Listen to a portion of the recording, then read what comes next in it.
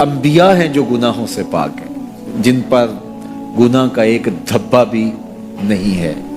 باقی گناہ میرے میں بھی ہے، گناہ آپ میں بھی ہے، لیکن اگر ہم لوگوں کے گناہ اچھالنا شروع کر دیں گے تو ہمارے بھی گناہ اچھالے جائیں گے۔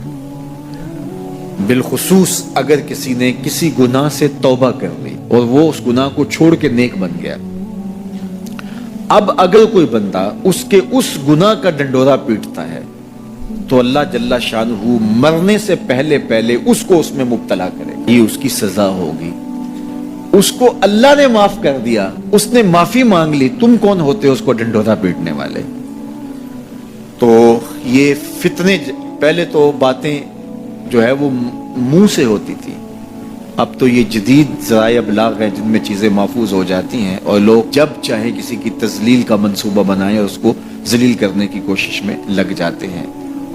آئے روز جو ہے وہ ہم ایسے مناظر دیکھتے ہیں، اگرچہ وہ باتیں درست بھی ہوتی ہیں، لیکن جو کسی کے ذاتی معاملات ہوں، یہ بالخصوص سیاستدانوں کے اندر تو یہ بہت سارا ہے، تو باقی دینی طبقات کے اندر بھی ہے لیکن ان میں اور زیادہ ہے۔ تو یہ ایک بہت بڑا فتنہ ہے جس سے اللہ ہمیں محفوظ فرمائے۔ تو حضور نے ارشاد فرمایا، جس نے کسی مومن کی پردہ پوشی کی، کسی مسلمان کی پردہ پوشی، اللہ اس کا دنیا میں بھی پردہ رکھے گا، آخرت میں بھی پردہ رکھے گا۔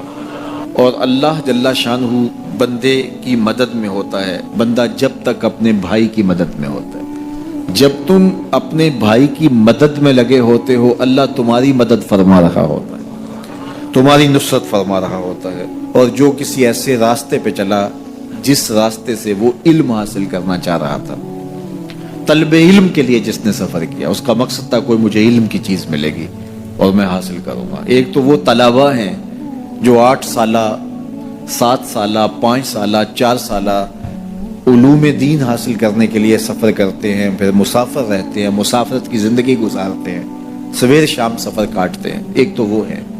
لیکن صرف وہی مراد اس سے نہیں ہے جو حضور علیہ السلام کا ایک فرمان سننے کے لیے بھی چلا۔ آپ بھی اگر گھر سے آئے ہیں اور آپ کی نیت یہ ہے کہ حضور کے فرامین سنوں گا، تو آپ علم کی طلب کے لیے گھر سے چلے ہیں، تو آپ بھی جو ہے وہ اس حدیث کے مصداق ہوں گے۔ تو ارشاد فرمایا، وَمَنْ سَلَكَ طَرِيقًا يَلْتَمِسُ فِيهِ عِلْمًا، جس نے سفر کیا طلب علم کے لیے، سَحَلَ اللَّهُ لَهُ بِهِ طَرِيقًا إِلَى الْجَنَّةِ، اللہ اس کے لیے جنت کا راستہ آسان فرما دیا، اللہ اس کے لیے جنت کی راہیں آسان کر دی۔ آپ صاحبزادوں کے نام، پیرزادوں کے نام، مولوی زادوں کے نام، سردار زادوں کے نام اور بڑے باپ کے بیٹوں کے نام اگلے لفظ اسی حدیث کے، جو عمل میں سست ہوا اس کا نسب اس کو تیز نہیں کرے گا۔